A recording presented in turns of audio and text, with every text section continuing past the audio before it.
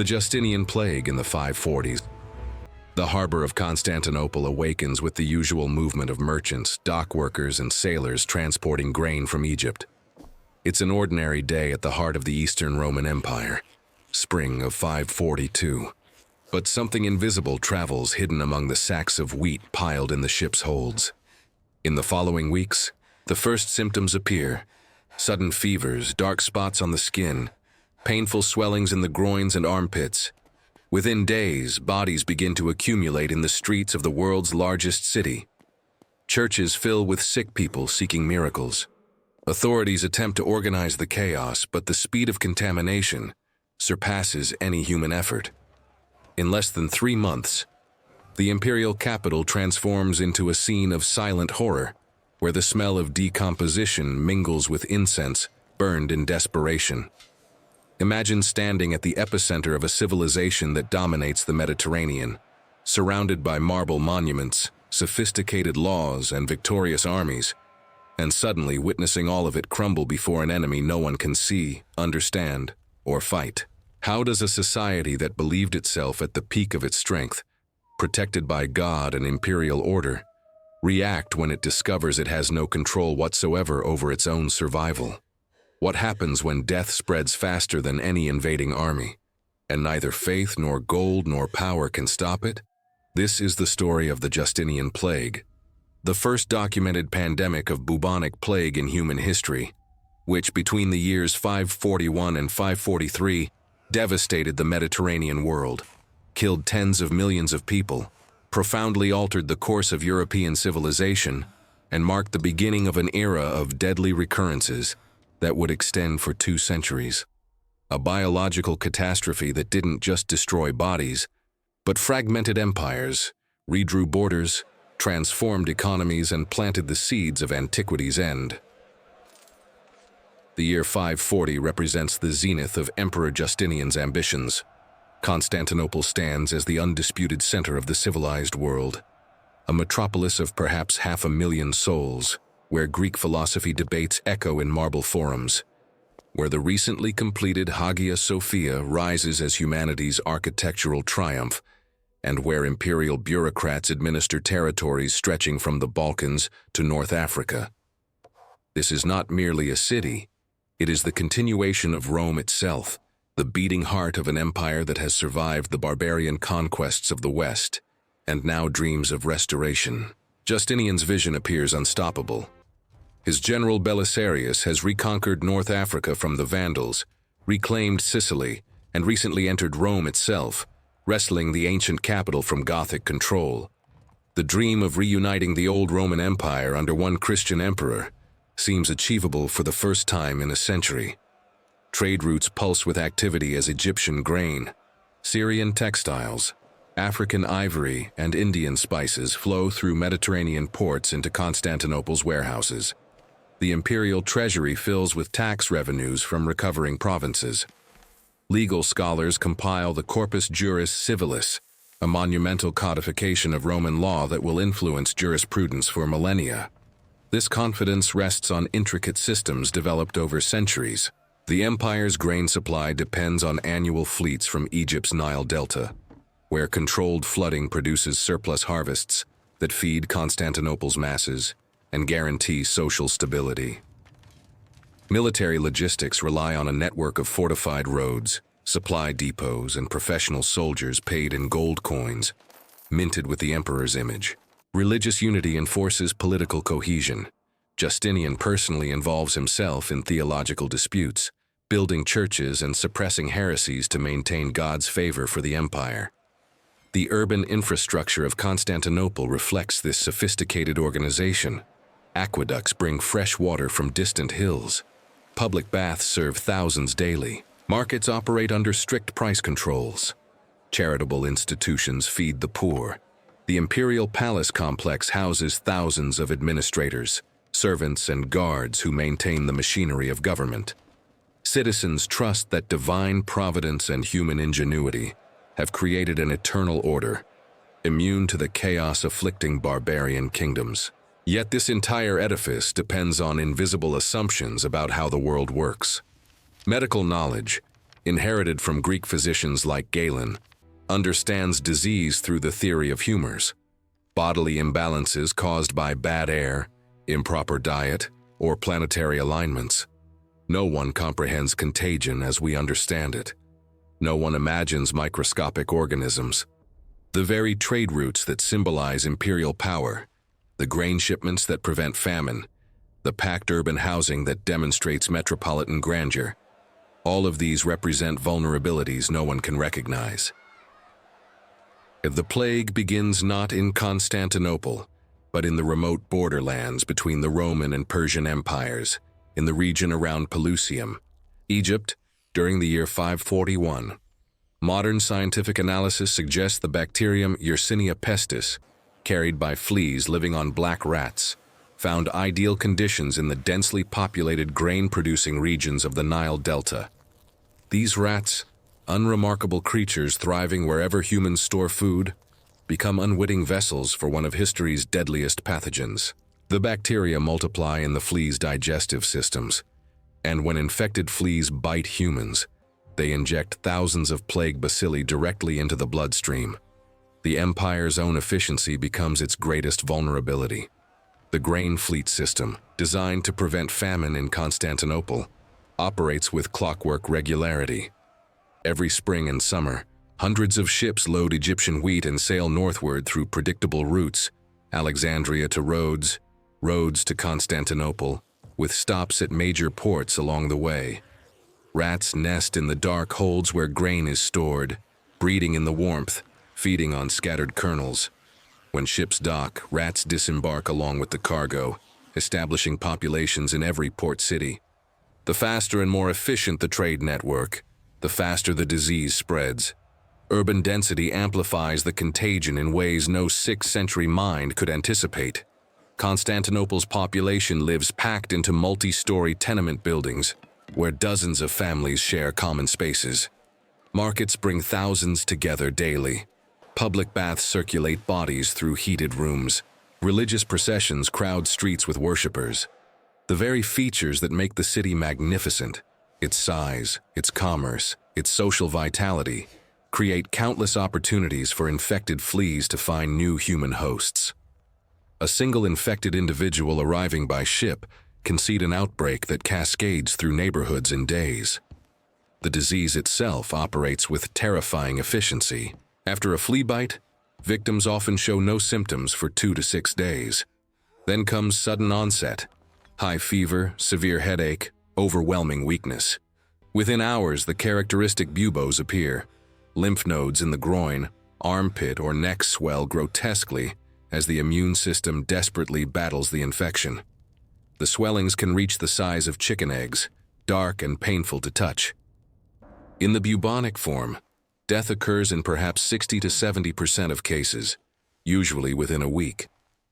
But the plague has other forms: septicemic, when bacteria overwhelm the bloodstream, causing tissue death and blackening of extremities, and pneumonic, when infection reaches the lungs, allowing person-to-person transmission through coughing and guaranteeing death in nearly every case. No medical intervention available in the 6th century can alter this progression. Physicians attempt treatments based on humoral theory, bloodletting to balance fluids, herbal remedies to cool fevers, lancing of buboes to drain corruption. None of it works. Prayer offers comfort but not cure. Isolation might slow transmission if understood and implemented systematically, but the concept of quarantine as public health policy doesn't exist. Instead, the sick crowd into churches seeking divine intervention, accelerating the spread among the faithful. And the plague announces itself in Constantinople through scattered cases that authorities initially dismiss as isolated incidents of common illness. But by early spring of 542, the pattern becomes undeniable. Entire households fall sick within days of each other. Neighborhoods report dozens of deaths weekly, then daily.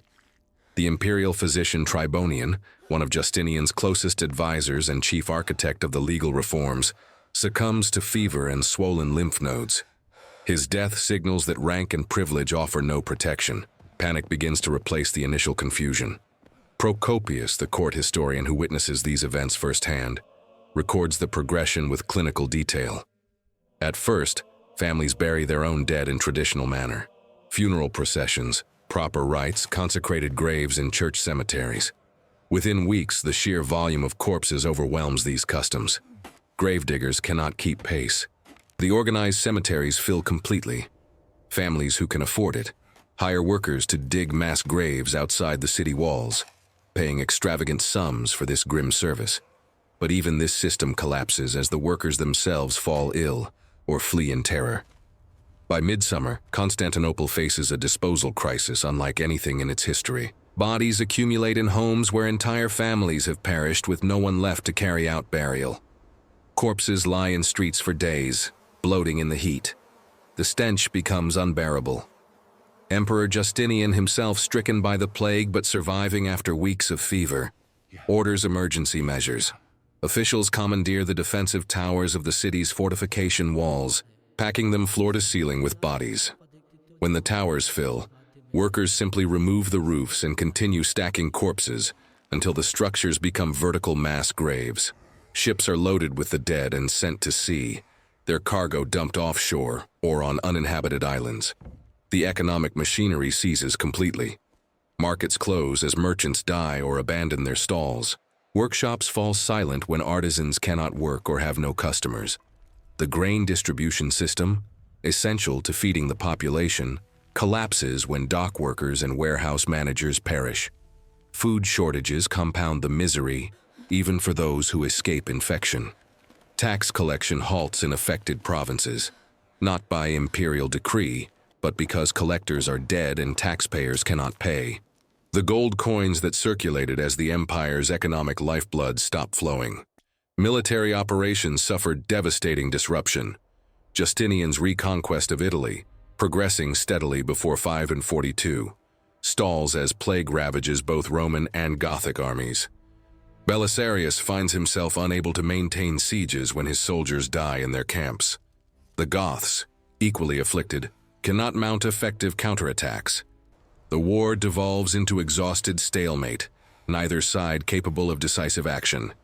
In the east, Persian armies probe the weakened frontier, but they too suffer plague outbreaks that prevent major invasions. The entire geopolitical landscape enters a kind of frozen paralysis, all grand strategies suspended before an enemy that recognizes no borders. Provincial cities throughout the empire experience their own localized catastrophes. Alexandria, Antioch, Ephesus, Carthage. Each major urban center faces the same pattern of sudden onset, overwhelmed infrastructure, social breakdown, and mass death. Smaller towns and rural villages, less connected to trade routes, often escape the initial wave, only to face it months or years later when the plague returns in recurring cycles. In the face of incomprehensible death, the population of Constantinople turns to the explanations and remedies their culture provides. Religious interpretation dominates the public response. Preachers declare the plague a manifestation of divine wrath, punishment for sins both individual and collective. The empire's recent theological controversies, Justinian's persecution of pagans and heretics, perceived moral corruption in the cities, all become potential explanations for why God has withdrawn his protection. Processions wind through infected streets, icons and relics carried aloft by the faithful who believe concentrated prayer might appease heavenly anger. These gatherings, dense crowds of desperate believers, become super-spreader events that accelerate transmission even as participants seek salvation. The emperor himself participates in this religious response despite his own near-death experience with the disease. Justinian orders additional church construction, increases funding for monasteries, and intensifies efforts to enforce religious orthodoxy. If the plague represents divine judgment, then purifying the empire's faith might end the catastrophe. This logic, internally consistent within 6th century Christian cosmology, produces policies that have no effect on bacterial infection, but consume resources and attention that might otherwise address practical needs. Medical professionals face complete helplessness. The most educated physicians in Constantinople, trained in the classical tradition, apply their understanding of disease with earnest dedication and zero success. They prescribe changes in diet, recommend specific herbs, perform bloodletting to rebalance humors, lance buboes in attempts to drain infection. Some physicians notice that certain practices seem to correlate with survival. Patients who rest, stay hydrated, and avoid extreme treatments perhaps fare marginally better. But without understanding germ theory, they cannot identify actual mechanisms of infection or prevention. Many physicians die attending their patients, their proximity to the sick guaranteeing exposure. Social fabric tears under the strain of sustained crisis. Trust between neighbors erodes as people suspect anyone of carrying infection.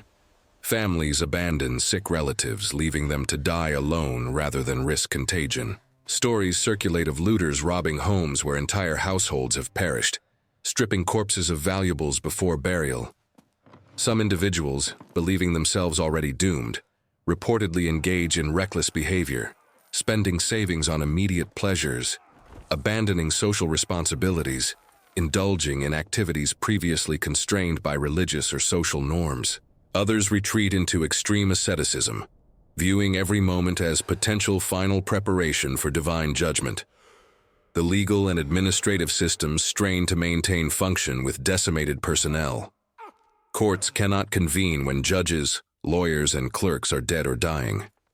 Property disputes multiply as inheritance laws struggle to address situations where entire families have been eliminated, leaving unclear succession. Criminal activity increases as enforcement capacity diminishes. Tax records become unreliable when the officials who maintain them perish without training replacements. The vast bureaucratic machinery that governed the empire begins to lose coherence, not through deliberate destruction, but through the simple absence of the people who operated it. Emperor Justinian's government attempts administrative responses within the limitations of contemporary understanding. Officials organize the mass burial efforts, commandeer buildings for temporary hospitals, and maintain basic grain distribution to prevent total famine. But these measures address symptoms rather than causes. No one orders systematic isolation of the sick because medical theory doesn't support it. No one attempts to control rat populations because no one connects rats to disease transmission. The most powerful government in the Mediterranean world can document the catastrophe in meticulous detail, but cannot slow it, predict it, or prevent its return. In provinces beyond Constantinople, local responses vary by region and leadership. Some bishops organize charity efforts, using church resources to feed orphans and bury the dead. Some secular officials flee their posts, abandoning populations to their fate. In rural areas, peasant communities sometimes fare better through inadvertent isolation, their distance from trade routes providing accidental protection. But this pattern remains invisible to contemporary observers, who lack epidemiological frameworks to recognize it. The plague doesn't end so much as it pauses.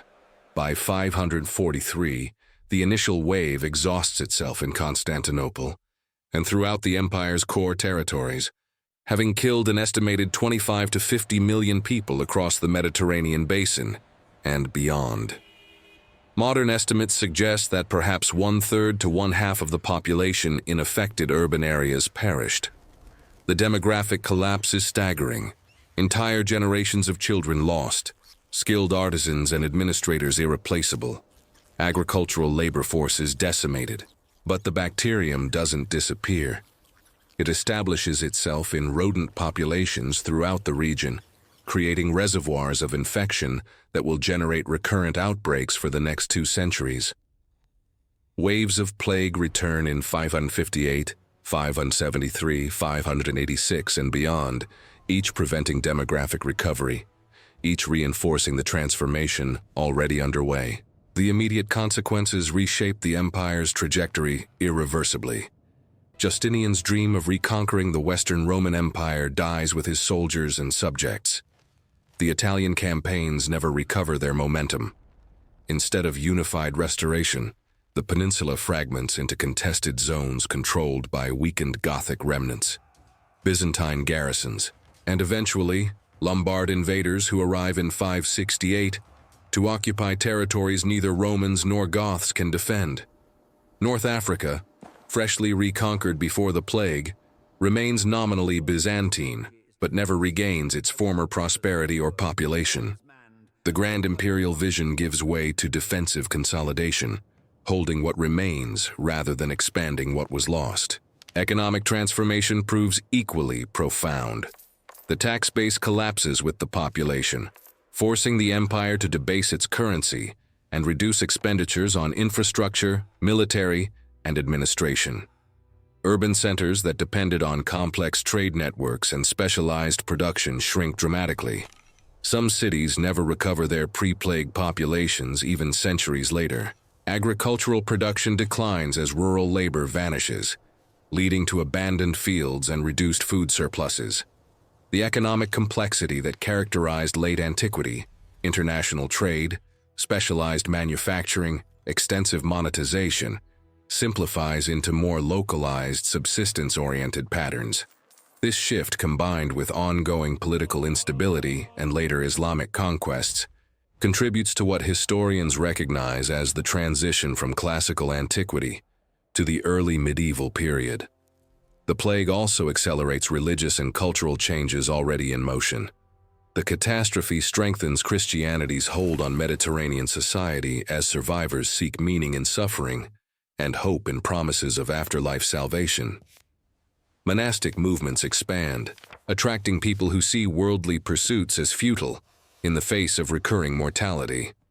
Philosophical traditions that emphasized rational inquiry and natural causes face challenges from worldviews that interpret all events through divine providence.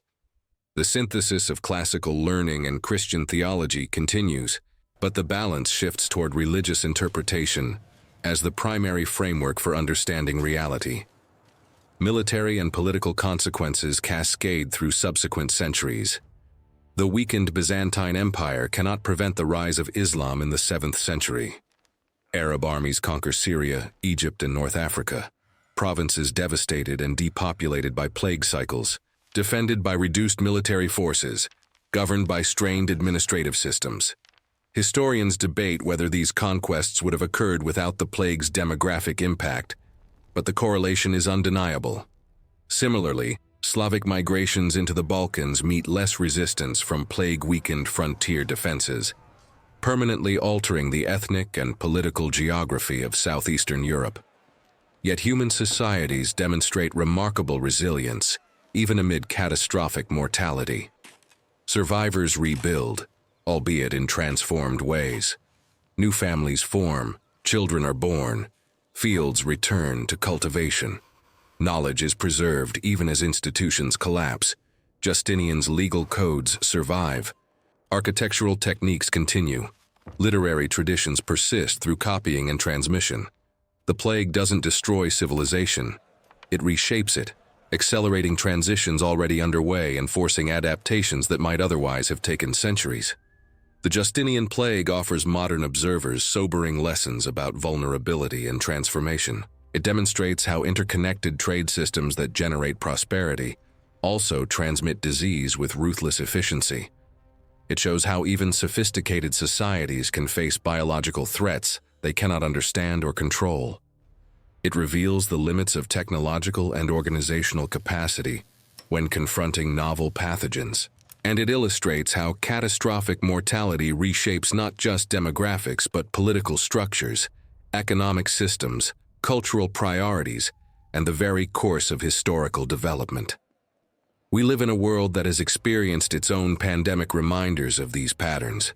Sudden global spread through travel networks, overwhelmed medical systems, economic disruption, social strain, and the humbling recognition that human power has limits before microscopic life. The 6th century couldn't see the bacteria that killed millions, couldn't understand transmission mechanisms, couldn't develop vaccines or antibiotics. We can do all of these things, yet the fundamental dynamic remains. Human societies exist in constant biological relationship with other organisms, and that relationship occasionally produces catastrophic results that transform everything we've built.